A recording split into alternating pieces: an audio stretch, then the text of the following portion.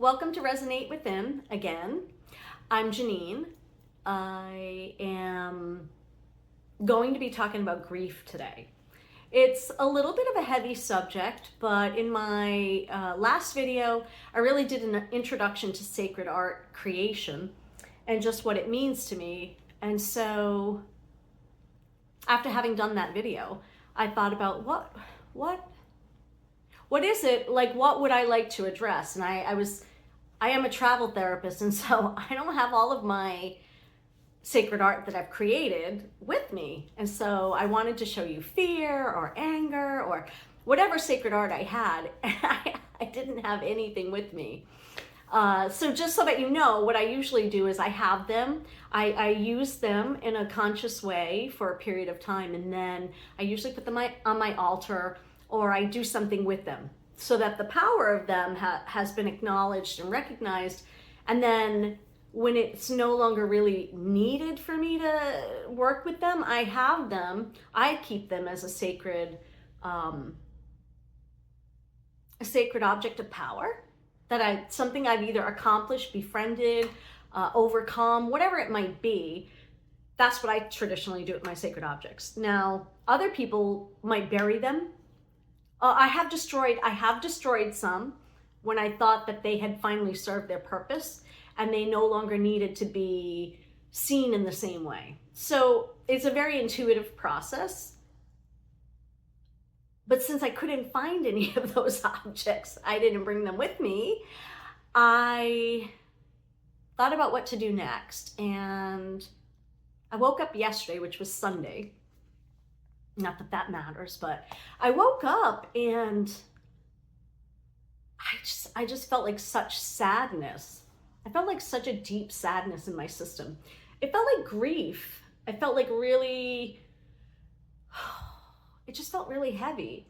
And so I couldn't really figure out why I would feel so sad, because my life is good. I mean, my life is really good. I never thought I was going to feel this good. I never thought I could be this happy or this content. And yet here I was. I woke up and I just was in something so heavy. The energy just was so dense. Now, I do have to say I am a travel therapist and my contract ends this week. You know, it's a conscious choice. I said, yes, I'm not extending. I'm moving on from this position. And so I'm the orchestrator of my future and what's happening. So the grief seemed a little bit unusual to me. Why? You know, like everything is good. Everything is good. I checked to see, is this related to somebody else? Am I picking up on people around me? Like, what is happening? And I just felt this overwhelming grief. So I told you before, I went to the Lynn V. Andrews Mystery School. And so I use her power deck. It's a power deck. And it has all these cards, different directions, north, south, east, and west, has different messages. And I used it throughout my schooling. And I really enjoy it. And I really like it. And I thought, I'm just you kind of use it like tarot if you want. But I thought, well,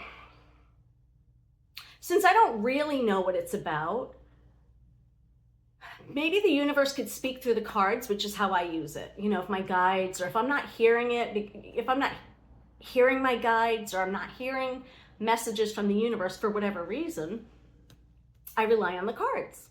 They'll give me some kind of message. It's either accurate or not. It's always accurate, just to be honest with you.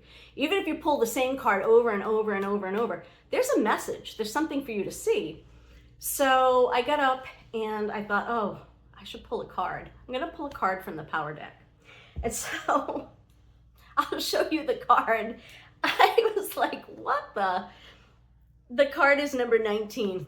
And it's called grief. It's called grief. I'll show you the card. So if you look up here, there's a man folded in half. Can you see him? He's folded in half. Oh my goodness, he's just folded in half. And over here is a rock with the flower on it. And he just, oh, wow. So I saw this card And before I even read the back, I mean, I'm familiar with the card. I used it all throughout my schooling for the 4 years. But I saw this picture, and for the first time ever,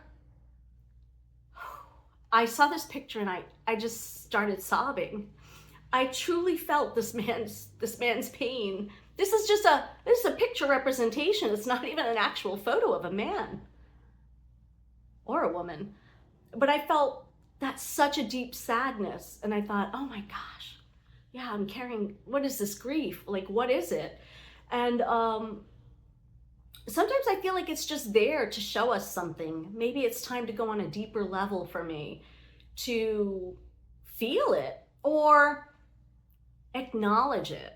Maybe not feel it, but acknowledge it. And for me, perhaps I just feel it because maybe that's the way I call it in. Like, oh, I have to feel it, then I can recognize it, and then I can acknowledge it, and then see what I'm going to do with it. So I'll read you the card.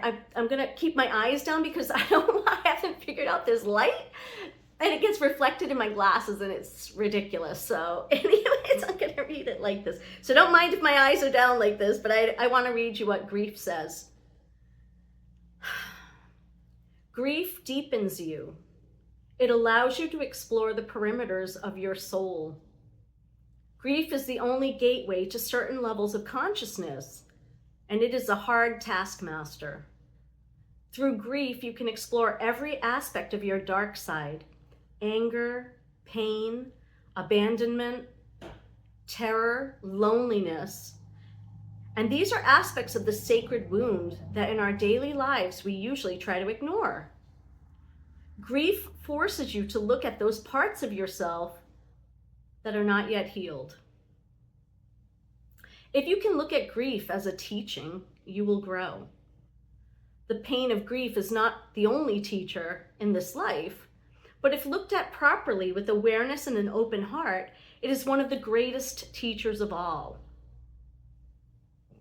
The seeds of wisdom and enlightenment are planted within the wounds of grief.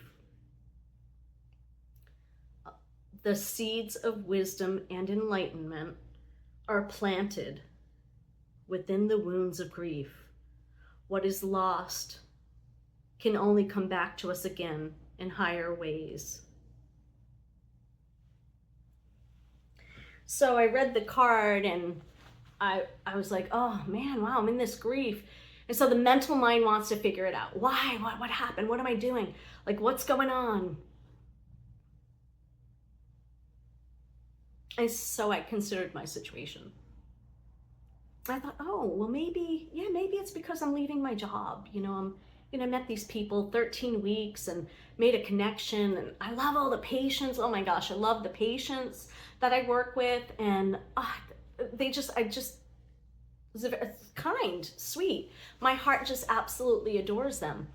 And so I thought, yeah, there's grief for that, but it felt like more than that. Like it felt like exaggerated. And by that, I don't mean like dramatic, like, oh, I'm being dramatic. I mean, like, it felt like so much more than what I even know. And I realized in that moment that I have to let go of trying to figure out exactly what it is. So having a semblance of what it could be, oh, because I'm leaving my job, that fed like a certain need to know. And then I had to like surrender to the greater experience. So I sat with it, basically all day, meaning I just let it run through me. So if I felt like laying on the couch with a blanket on me, that's what I did. I just laid on the couch. I don't even know what else I did. I didn't do very much yesterday because I really was attempting to surrender to the grief because it was so strong, so palpable. And what's fascinating is I started to feel like it was related to my ancestors, and some of it's collective grief for everybody, right? Some of it's grief for like what we do to the earth, what I do to the earth. I'm not pointing fingers. What I do to the earth, inadvertently or on purpose, without even realizing it. Not honoring and respecting the earth, at times, doing things that maybe seem okay, but if I really think about it, I'm like, oh, maybe, maybe that wasn't the nicest thing, or maybe that wasn't the best thing. And I'm not talking about polluting and things like that. It just could be something simple. It could be something simple. Stepping on plants, like inadvertently destroying an ant home or something, and an ant hill. It's silly, but like those things do happen. So I saw some of it as ancestral. And then I just sat with it and sobbed at times. And other times I was kind of like, just let it ebb and flow. I listened to music. I just went on with my life, but I acknowledged, this was like a lot of grief. And so then at some point, I think a friend reached out to me, and she sent me a picture of some sacred art she created. She's in the mystery school now, and she sent me a picture of some sacred art she had created. And I said, oh my gosh, I saw it and I thought, oh, wow, this is beautiful. This is amazing. It just was beautiful. And I texted her back and I said, wow, you just inspired me. And she said, well, you inspired me. I watched your video the other day and I listened to your message about the sacred artwork. She said she was inspired by my video. And in that moment, I had like this moment of just complete understanding about what this work is. This is about sharing. This is about each of us inspiring the other. It's about the fact that we are all interconnected and we are all the same on some level. We might look different. We might have different personalities. We might obviously have different cultures, different languages, but deep down inside, we're energy beings we're spiritual beings having this earthly experience. And there's something so poignant about it. Like my words came back to me through someone else. And I thought, that's pretty amazing. And it wasn't that I said them, it was divinity, it was God, the universe, talking through her, speaking through her. Hey, remind Janine, this is what she said, this is what she shared. Now Janine needs to be reminded. And that is so powerful. That is the most powerful thing. It was such a beautiful moment that I felt so invigorated. I just felt so good. Not because I inspired her, but because the wisdom came back around. Because sometimes we do need reminders, And so I was sitting with it all day. And then I saw her sacred art and I thought, why aren't I creating some kind of sacred piece to work on this, or to look at it?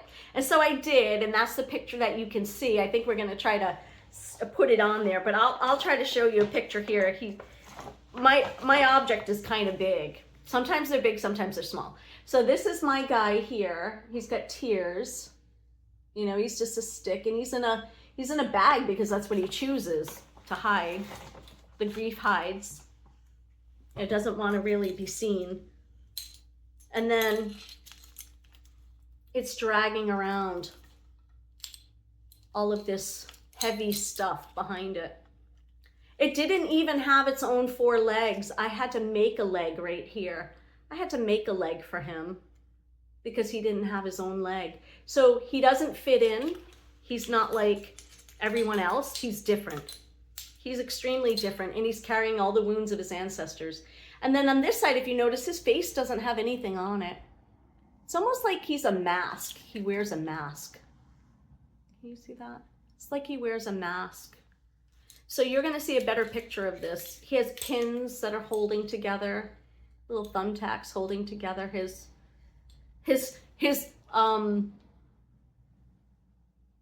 burdens. He carries the burdens of his own life, that of his ancestors, that of the world. That's what my grief carries. It carries all of that. And so what I'm going to do with him, this little guy, is I'm going to put him somewhere where I can see him, right?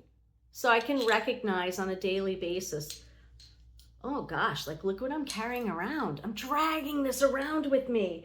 I'm dragging all of this burden. I'm dragging it around. Like, do I really need to be holding on to all the stuff from my ancestors? Do I even need to be carrying around all these old wounds and old stories? And so that's what I do. I sit with it and I look at it and put it somewhere where I can see it. So when I walk by it, I'm always conscious of it. And I'm like, oh, that's grief. Because it's a very intangible thing. And to look at a tangible item and say, oh my gosh, wow, dang, that's a lot of stuff to be dragging around behind you, man. It shifts your awareness for it. And also it helps you come to a better acceptance of it, because I don't know if grief will ever be done. You know, so when I made this object, I thought of all the grief, of all the heavy, dark stuff. But as you're going to see in the picture, some of those shells, and they're dark, and some are light, because sometimes grief is not about the dark stuff. Sometimes grief is about lost loved ones, you know, pets that have passed that are like family. You know, sometimes grief is just about dreams that never happened, or wishes and desires that you know we think we want, but yet they don't come to fruition, or we get them and it's not what we wanted, and there's grief because we thought it was going to be so wonderful. So grief can have a lot of faces, and I guess the point of what I'm talking about is you can explore it and look at, what is your grief telling you? What part of the burden can you let go of? Knowing that, like the card says, what is lost can only come back to us again in higher ways. What is lost or no longer accessible to us in the physical can only come back to us in higher ways. And I take that to mean like loved ones, and I love little furry pets and stuff, winged ones. But I guess I'm just asking you to explore. This just happens to be grief, but this can be done with any emotion: fear, anger, I guess even self-esteem. It could be anything. It could be anything that you have awareness for right now, and you're like, wow, I'm going to create something that reflects it. And it doesn't have to only be for it could be for positive stuff too. It can be happiness and joy. What would that look like? And you'd be surprised and amazed at what your process looks like when you're trying to create an object that reflects that, because it really does make you drop into yourself to consider what does joy feel like and what would it look like. And it's more of the emotions that are represented in the object. You know, it's not about what everybody else thinks it is. It's what happens for you, what you feel. So I guess that's the end of this video.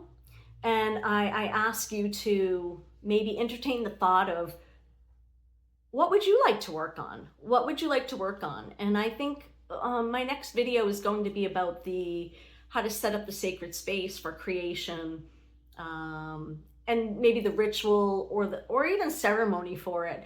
So stay tuned. And thank you. I hope you have a great day. I appreciate you listening. Bye.